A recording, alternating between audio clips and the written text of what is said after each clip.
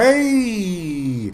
Welcome to lesson 4, and this lesson is day for night. I'll explain that in a second. Before I do, thank you very much for everyone who's been watching and all the subscribers. I'm up to 12.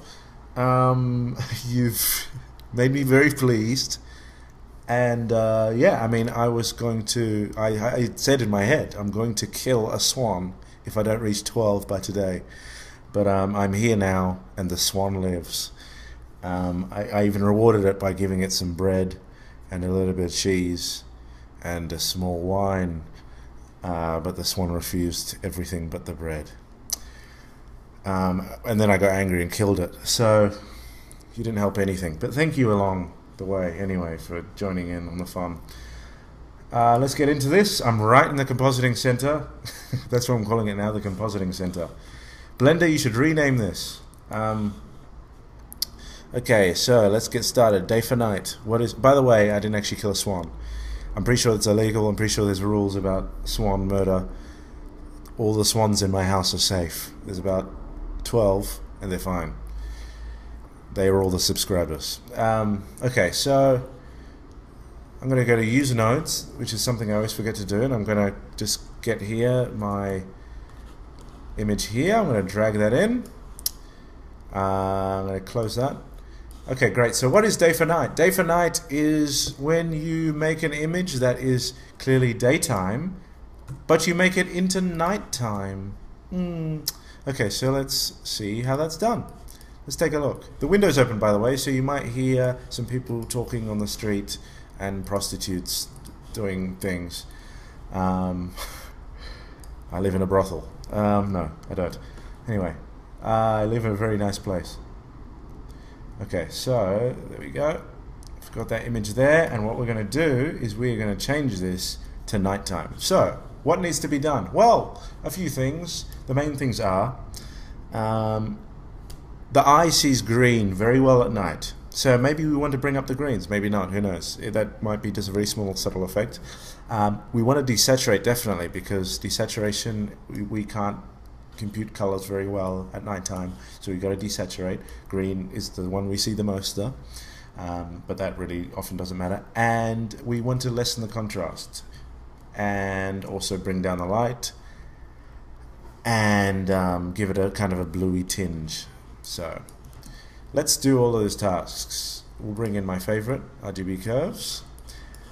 And I think we might actually be needing maybe 2 RGB curves. So I'm going to Shift D this one and drag it along and put it in there. Cool. And what else? We want to desaturate too. So I'm going to put that here. I'm going to put that in there so we can desaturate. And I think that's all. I don't think we'll bring out the green. That won't matter so much. Cool. Okay, so let's get started. Alright. So what do I want to do first? I want to bring down the light. So I could bring down the light back like this, bringing down the midtones. But that doesn't do quite what I want. I'm going to push X to get rid of that thing. And I'm going to pull down this.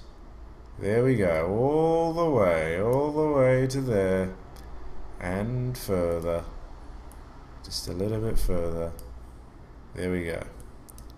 Cool. So now that we've got that there, that's we've remapped the lightest points in the image. Did you just hear that noise? Yes, that was a bottle being smashed onto somebody's head.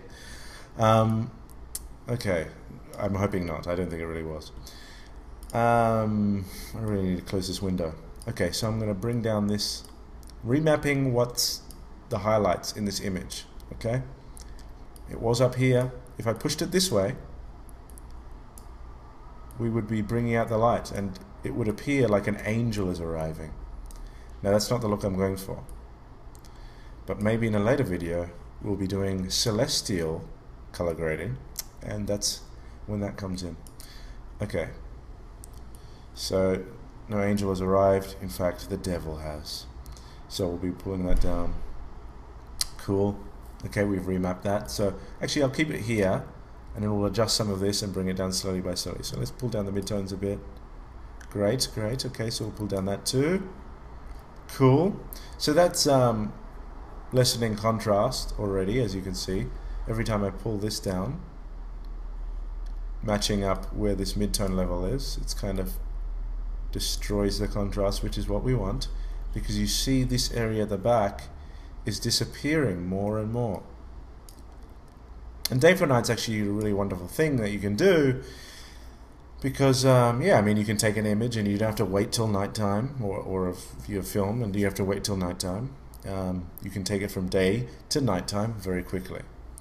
Kind of the effect that fat nerds have when they play World of Warcraft. Day goes to night very quick. Okay. Let's do that. Cool, as you can see,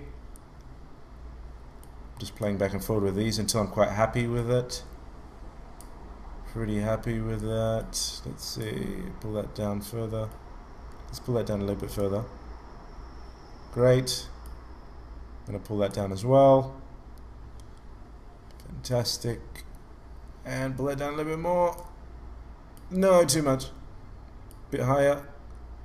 Bit higher. Why do I sound like I'm constipated? I really need to stop this. There we go. Somewhere around there. Cool. That'll... No, wait. That'll do. No, wait a bit. Okay, sorry.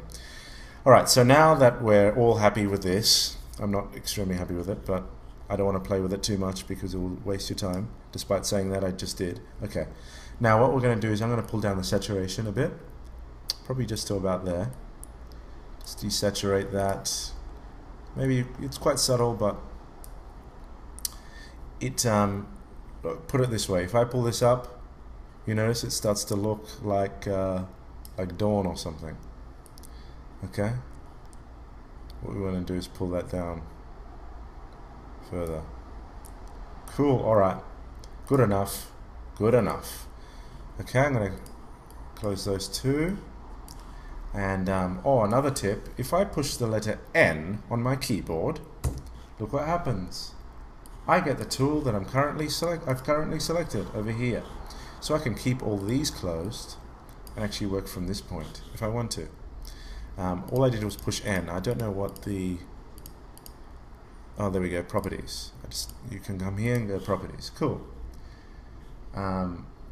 Great, and now I can adjust this from here. Now what do I want to do? I want to push in some blue. I want to push some blue in. Now, notice as I do this, the image gets more light. So, what you could do is use the color wheels, which you've seen before. Shift A, color balance. These bad boys come in, and they can be used. But, no, I'm going to show you how to do it with curves. Just for, you know, your better knowledge of curves and how they work. So, as you remember, this part is light, this part is dark. Same thing here, light, dark, light, dark, light, dark. This one's the combined one, so we can pull contrast overall much easier there. We can pull contrast on an individual channel here. But notice if I push blue, there's blue, but then here I get the opposite. So I get yellow, yellow, yellow. But notice the blue is quite light and the yellow is quite dark. Now maybe this is what you're into, but it doesn't look so nice, but you know, it might be your thing. So if I want a dark blue, what do I have to do? Well, what I can do is actually pull down on the other two, red and green, and I can achieve a blue look, but darker. Now, that was far too dark, so I'm just going to pull that down just a little bit. Just a tiny bit. There we go. And maybe I might want a bit more, the opposite of red is cyan, so maybe I want a bit more cyan kind of in this, rather than only blue. So pull that back. Great. So now, we have done our day for night shot.